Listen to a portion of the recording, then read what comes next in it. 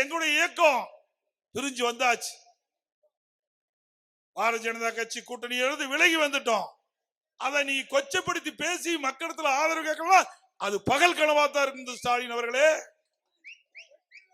இன்னொன்னு பேசுறார். போற பக்கமெல்லாம் எடப்பாடி பழனிசாமி உதவாக்கரைன்னு ஒரு முதலமைச்சர் பேசுகிற பேச்சா?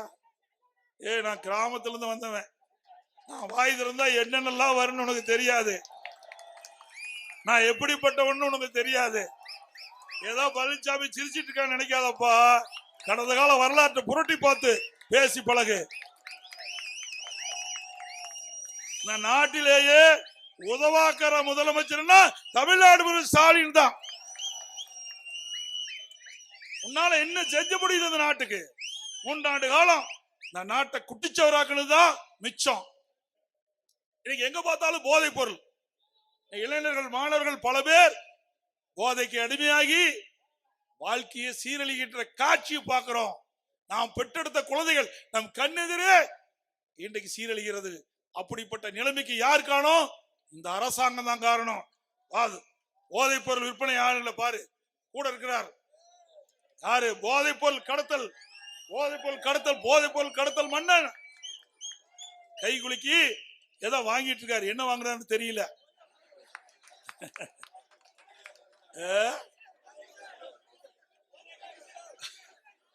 அது நான் சொல்லக்கூடாது, நீங்க சொல்லலாம். நாகரிகிறது நான் சொல்லக்கூடாது, அவர் சொல்லலாம். இன்றைக்கு வெளிநாட்டுக்கு கிட்டத்தட்ட 2-3 ஆண்டு காலமாக போதைப் பொருள் கடத்தப்பட்ட நபரோடு உங்களுக்கு என்ன தொடர்பு? அதோட இன்னொரு பேசிட்டு இருக்கார், அவருடைய மகன், அவரும் கை கொடுத்து பேசிட்டு இருக்கார். பாருங்க, அவர் என்ன வாங்குறாருன்னு தெரியல.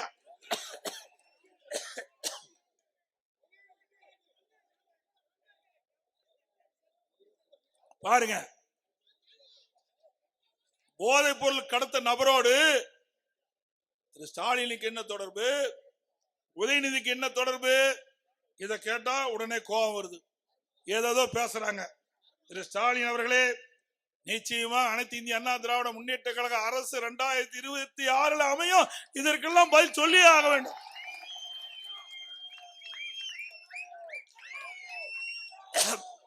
இன்னொன்னு சொல்றார், எடப்பாடி பழனிசாமிக்கு பாரதிய ஜனதா எதிர்த்து பேச முடியுமாங்கிறார்.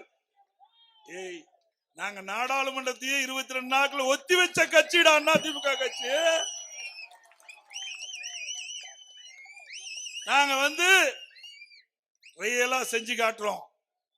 உண்மையா எதை எதுக்க வேணுமோ அதை எதிர்ப்போம், எதை ஆதரிக்க வேணுமோ அதை ஆதரிப்போம். தமிழ்நாடு நலன் சார்ந்த பிரச்சனை ஆதரிப்போம். தமிழ்நாடு மக்களுக்கு பாதிப்படையக்கூடிய எந்த திட்டத்தை கொண்டு வந்தாலும் அதை எதிர்க்கின்ற ஒரே கட்சி அனைத்து இந்திய அண்ணா திராவிட முன்னேற்ற கழக கட்சி, நம் கூட்டணி கட்சிகள். காவிரி நதிநீர் பிரச்சனை வந்ததுங்க, உச்ச நீதிமன்றம் தீர்ப்பு கொடுத்தாச்சு. அதை அமல்படுத்த அன்றைக்கு மத்தியில் இருந்த பாரதிய ஜனதா ஆட்சி அமல்படுத்த காலதாமதம் செய்யப்பட்டது. உடனடியாக நம்முடைய நாடாளுமன்றங்கள் 37 பேர் இருந்தாங்க. அந்த 37 பேருக்கு ஆலோசனை கொடுத்தோம். அந்த ஆலோசனை பேர்ல 22 நாட்கள் இந்திய நாடே வியக்கின்ற அளவிற்கு நாடாளுமன்றத்தை ஒத்தி வைத்த கட்சி அதிமுக கட்சி. திரு ஸ்டாலின் அவர்களே, சரியான அழுத்தம் கொடுத்தோம். அந்த அழுத்தம் கொடுத்த காரணத்தினால மத்திய அரசு உச்ச நீதிமன்ற தீர்ப்பின்படி காவிரி மேலாண்மை ஆணையம், காவிரி நீர் முறைப்படுத்த குழு 2ஐயும் அமைச்சு காட்டுமா இல்லையா? நீ வாய்க்கிலேயே பேசுறீங்களா? கூட்டம் பேசிட்டு இருக்கீங்களா? நீட் தேர்வு ரத்துன்னு யாருக்கு ஏமாற்று வேலை? நினைச்சு பாருங்க. இந்த நீட் தேர்வை குறித்து நாடாளுமன்றத்திலே ஒரு நாளாவது பேசி நாடாளுமன்றத்தை ஒத்தி வைக்கின்ற தெம்பு திராணி தில்லு குலுக்கு இருக்குதா? இல்லையே. இதை கொண்டு வந்ததும் திமுக தான். 2010 டிசம்பர் 21 அன்றைக்கு திமுகவுடைய சுகாதாரத்துறை இணையமைச்சர் காந்தி செல்வன் அவர் இருக்கின்ற பொழுதுதான் அந்த நீட் தேர்வுக்கு நோட்டிபிகேஷன் போட்டாங்க, அரசாணை வெளியிட்டாங்க. அப்ப மத்தியில காங்கிரஸ் ஆட்சி, திமுக அந்த அமைச்சரவையில் இடம் பெற்றிருந்தாங்க. காந்தி செல்வன் சுகாதாரத்துறை, திமுகவுடைய சுகாதாரத்துறை இணையமைச்சர் இருக்கின்ற பொழுதுதான் இந்த நீட் தேர்வை கொண்டு வந்தீங்க. இப்ப எவ்வளவு நாடகம் பண்றாங்க பாருங்க, எவ்வளவு நாடகம் நடிக்கிறாங்க பாருங்க, மக்களை எல்லாம் எப்படி ஏமாற்றுறாங்க பாருங்க. ஸ்டாலின் என்ன சொன்னாரு? 2021 சட்டமன்ற பொதுத் தேர்தல் போது திமுக ஆட்சிக்கு வந்த உடனே முதல் கையெழுத்து நீட் தேர்வு ரத்து செய்யப்படும். போட்டாரா? போட்டாருங்களா? அவருடைய மகன் உதயநிதி சொல்றார், நாங்க நீட் தேர்வு ரத்து செய்வதற்கு ரகசியம் இருக்குதுனார். இன்ன வரைக்கும் ரகசியத்தை கண்டுபிடிக்கவே முடியல. சொல்லப்ப நாட்டு மக்கள் தயாரா இருக்கிறாங்க, என்ன ரகசியம் சொல்லு. சரி, அதுக்கு பிறகு எல்லா மக்கள்கிட்ட கையெழுத்து வாங்கினாங்க. அந்த கூட்டணி கட்சி தலைவர்கள்லாம் கையெழுத்து போட்டு கொடுத்தாங்க.